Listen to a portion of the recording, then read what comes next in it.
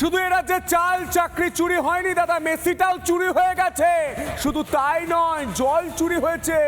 20 টাকা জলের বোতলের দাম বিকোচ্ছে 200 টাকা। এই টাকাগুলো কার পকেটে যাচ্ছে, এর জবাব দেবেন রাজ্যের মুখ্যমন্ত্রী মমতা বন্দ্যোপাধ্যায়। দেখো জল কত? জল কত? জল কত? 200 টাকার জল খাও। 35 টাকা। একদম ভুল শোনেননি, 200 টাকাই দাম জলের বোতলের, যেটা আপনি 20 টাকায় কিনে থাকেন।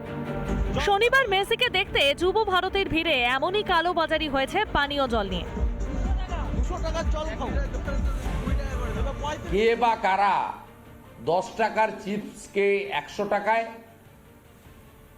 20 টাকার চাউমিনকে 150 টাকায়, 20 টাকার জলের বোতলকে 200 টাকায় বিক্রি করলো, যা ভিডিওতে আপনারা নিজেরা প্রত্যেকে দেখেছেন। জলের দাম শুনেই গলা শুকিয়ে গিয়েছে অনেক মেসি ভক্তের। তারপর আবার মেসির দর্শন পাননি, ক্ষোভে মাঠে বোতল ছোড়েন অনেকে। অথচ মাঠে জলের বোতল নিয়ে যাওয়া নিষিদ্ধ ছিল, কিন্তু যুব ভারতের ভিতরেই বোতল ভর্তি জল বিক্রি হয়েছে। কালোবাজারির সুযোগ করে দেওয়া হয়েছিল। জল কত? জল কত? জল কত? যারা দর্শক আসনে বসেছিলেন তারা এই বোতল, জলের বোতল তারা গ্যালারি থেকে একেবারে সরাসরি মাঠে ছুড়ে দেয়, এবং সেই জলের বোতল এই মুহূর্তে রয়েছে, এবং একই সঙ্গে নরম পানীয় সেই বোতলও এই মুহূর্তে এখানে রয়েছে। একদম 30 লক্ষ টাকার টেন্ডার দেয়া হয়েছিল এই সংস্থাকে, জল এবং কোল্ড ড্রিঙ্কসের কিন্তু বরাদ দিয়েছিল।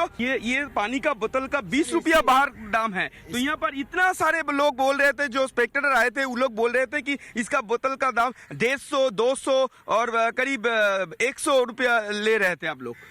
तो इसे बंदा क्या करेगा? 30 लाख रुपए देगा 4 घंटे के लिए, तो वो कैसे वसूल करेगा? 30 लाख रुपया 4 घंटे के लिए? जी, ये टेंडर था। टेंडर था ये। টাকা তো তুলতে হবে, তাই মেসিকে দেখানোর নামে কোটি কোটি টাকা তোলা হয়েছে। রীতিমতো লুট হয়েছে যুব ভারতীতে। 200 টাকা দিয়ে হয়েছে 20 টাকার জলের বোতল, 20 টাকার চিপসের প্যাকেট বিক্রি হয়েছে 150 টাকায়, 20 টাকার কোল্ড ড্রিঙ্ক কিনতে হয়েছে 200 টাকায়, 100 টাকায় বিক্রি হয়েছে 20 টাকার আইসক্রিম, 50 টাকার পপকর্নের দাম উঠেছে 300 টাকা। এসবের মধ্যে ভাইরাল হয়েছে জল বিক্রেতার ঔদ্ধত্য। 200 টাকার জল খাও। 35 টাকা। বাইরে 200 টাকা একটু কম করে হবে তো। 200 টাকা দিয়ে জল খাবো। এই যে উদ্ধত্তপূর্ণ আচরণ করলো, এরা কার লোক? এদেরকে অরূপ স্বরূপ আমদানি করলো না সুজিত বসুরা? এই যে এরও তদন্ত হওয়া দরকার, এই লোকটাকে ডেকে জিজ্ঞেস করা উচিত যে তোমাকে কে পাঠিয়েছে। চাকরি চুরি, কয়লা চুরি, এবার খাবার জলেও কালোবাজারি। কোথায় ছিল পুলিশের নজরদারি? নাকি নেতাদের মদতে এবং পুলিশের প্রশ্রয়েই পানীয় জল বিক্রি হয়েছে চড়া দামে? রিপাবলিক বাংলা। নানা ধরনের কন্টেন্ট দেখার জন্য লাইক করুন, শেয়ার করুন আমাদের ফেসবুক পেজ, সাবস্ক্রাইব করুন আমাদের ইউটিউব চ্যানেল।